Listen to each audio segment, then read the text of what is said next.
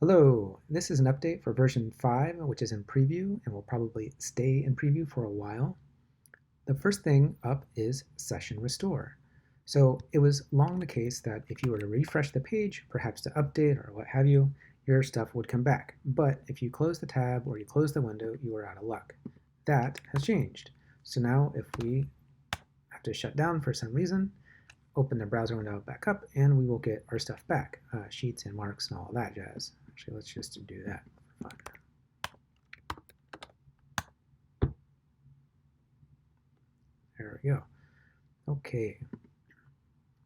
So hopefully that should avoid some feel bad moments and what have you. All right, next thing, which you may have already noticed, normally the URL will point to the designs of the sheets that you have open. So I have an Annihilator and a oh, that's interesting. I'm sorry. I have two Akumas open. Um, and the URL will point to the two Akumas, and I can post that URL, and people will be able to link to Akumas. Or if you want to link to a specific variant, you can do that too. So if someone's talking about something, or maybe you make a custom and you want to create a link to the sheet, you can use that to link to the blank sheet. But before, if there's any marks on it, the link still just goes to the blank sheets. Now, as you may have noticed, once you start marking, the URL changes because the data gets sent to the cloud and it gets an ID. And so for all time, you can now link to this guy on this browser or any other browser or any other device. Let's try an incognito window. That link will point to your data. So if once you start marking stuff, if you need to move to another thing, you can just pass that link over, open the stuff up on another device. Now, the catch is that the sheets at this URL are essentially public, or everyone has read-write permissions. And so if you send this link to someone else, they can mark on your stuff or delete sheets and what have you. And so if you open up one of these links, it will tell you that the force is public and markable by anyone. And you can skip this or log in, and we'll talk about that later, but let's just skip it for now. Now, there's a couple of protections right now that are really basic. If you try and open this in another tab, it will tell you that it's open in another tab and not let you do that. But I don't have any real locking or leasing, so you can open this in multiple tabs multiple browsers or devices at the same time, and multiple people could be marking on it at the same time. And it's going to be bad because what's going to happen is the marks are just going to overwrite one another. They're not going to be bounced back to the other players. This is not I guess multiple people using the same sheets is not a use case that I plan to support. It's just how it is right now, and it's kind of broken, so I wouldn't do that. So basically, this link is for you, or if you're a GM, you want to send that to your players. That's cool, but I wouldn't use that. I wouldn't put that out in the world unless you want people messing with it. So there you go. All right. Now, speaking of stuff being sent to the cloud, let's go. Actually, let me turn this guy on, like so. Let's start a network game. And I think as I showed last time, when you are in a network game, you can click one of the players so long as they have a sheet with automations. And when you click the player, you will get a kind of view window. And you can look at their sheets. So this is remote sheet viewing. That's what I've been calling it. And now, with the latest update to the preview, I guess I should say before, marks would only show up when the original sheet moved faces, but now everything kind of comes across continuously. I guess one exception to this is kind of in progress rolls, I guess. So let's say the Akuma gets popped in the head for 10 points. The 10 points of damage is marked here, but you don't see exactly what's over here because they're like still in the process of doing stuff. The view window will only show you the actual marks that have landed. And so if you're in a game, don't freak out if you don't see that. But if you're like, hey, did you do the chance for the head or whatever? And they're like, oh, I'm kind of doing it right now, and I just rolled a 10 and I crit life support and this other thing, and then conscious check, so on and so forth. So information comes across continuously, with the exception of those like kind of in progress stuff. that's not reflected across. So I'm sorry if that's a big deal, but don't freak out about it. Now, I understand that there's reasons why you might not want some of this stuff to come across, like maybe you don't want someone to see what damage you've taken during weapons phase when they're about to declare weapons fire at you. So I totally get it.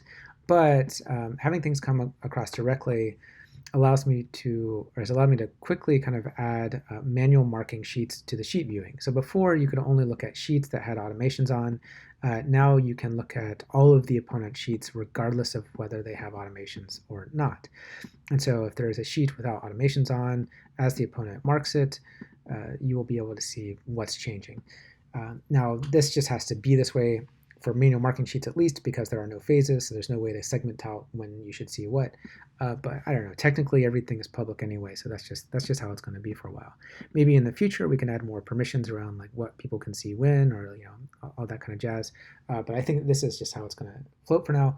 But on the whole, I think it's better to be able to see everything that's going on than just slices of stuff. So we're going to be a little more permissive for the time being.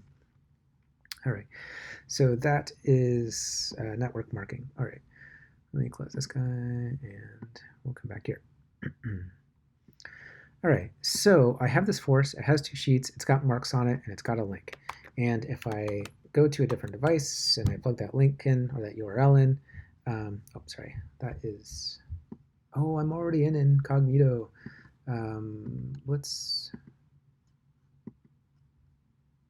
Yeah, we'll keep it like so. So again, this link is public, but if I want to, I can make that private, and well, not private, but I can remove global write privileges if you want to put it that way.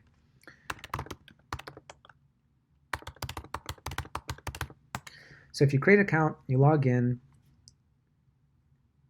you get this nice force column. Okay, maybe it's okay force column.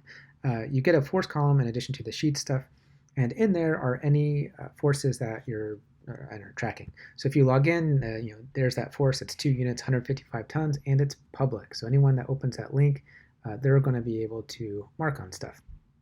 Now I can change that. Click on public, claim it, and now it's no longer public. And so let's grab that link, close that. Let's open up another incognito window. Say I'm some guy on the internet, and I came across this link and I clicked on it, and so now I don't get the sheets to edit, I get this prompt. And so I can just look at them, I can make a copy of it, in which case I can edit the copy, or maybe this is my stuff and I just need to log in. I can log in and get access to it. But here I'll just go with the just viewing, and then I get a view link, kind of like okay, it's the same kind of thing that you would get in a network game. Heads up, when you view stuff, you get a particular kind of setup that doesn't have any other options to it. In progress, that'll change. But for right now, don't freak out if like the mech menu disappeared. This is just how things look when you're viewing sheets. That's what it is. All right. Now, if maybe you're a GM and you want to, let's see here, you want to change that. Let's log in.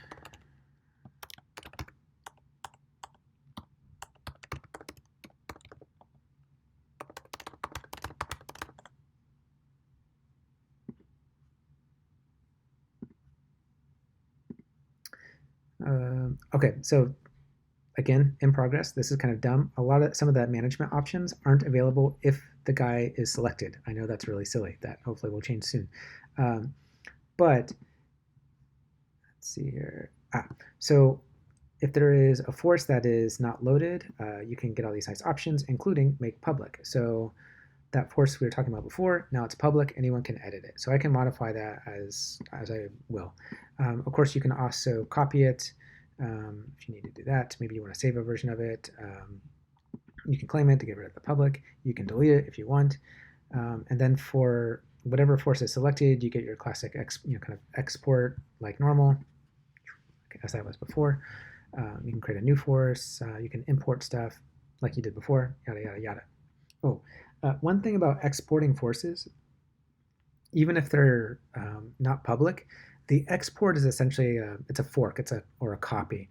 So if we were to bring that back in, it comes in as a copy and not like an update for existing data.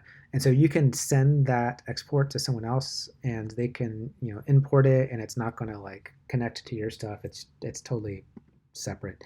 Um, Maybe in the future we'll have something where it kind of actually I was experimenting with like having like you could export it and then you can kind of import it again. And it would tell you like if the dates don't match or whatever.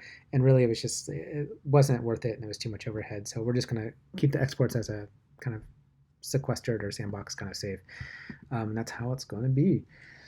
So I think that's all I got for right now. The forces management is very much in progress. A lot of this stuff works, but because of like the deep linking the forces and the privileges and the like authentication, and sometimes it takes a second to authenticate when you first go, and because you can have stash sessions if you're not logged in that you can use as backups, and like all this different stuff and like multiple tabs, it gets kind of complicated. And so I have like dozens and dozens and dozens and dozens of test case to make sure this stuff doesn't stuff works right in all these peculiar situations. But if you can find ways to break it, I would love to hear it, so I can fix them. You can think of it as like a little Easter egg hunt or something like that. So yeah, so the forces stuff is there. It's still a little experimental. It should be safe, but play with it for a while and see how you feel about it, and let me know if something goes wrong. And I think with that, this is long enough. Thanks to my supporters on Ko-fi.com. If you want to get a full rundown of changes, there's always this guy. Yeah, good hunting. Have a great one.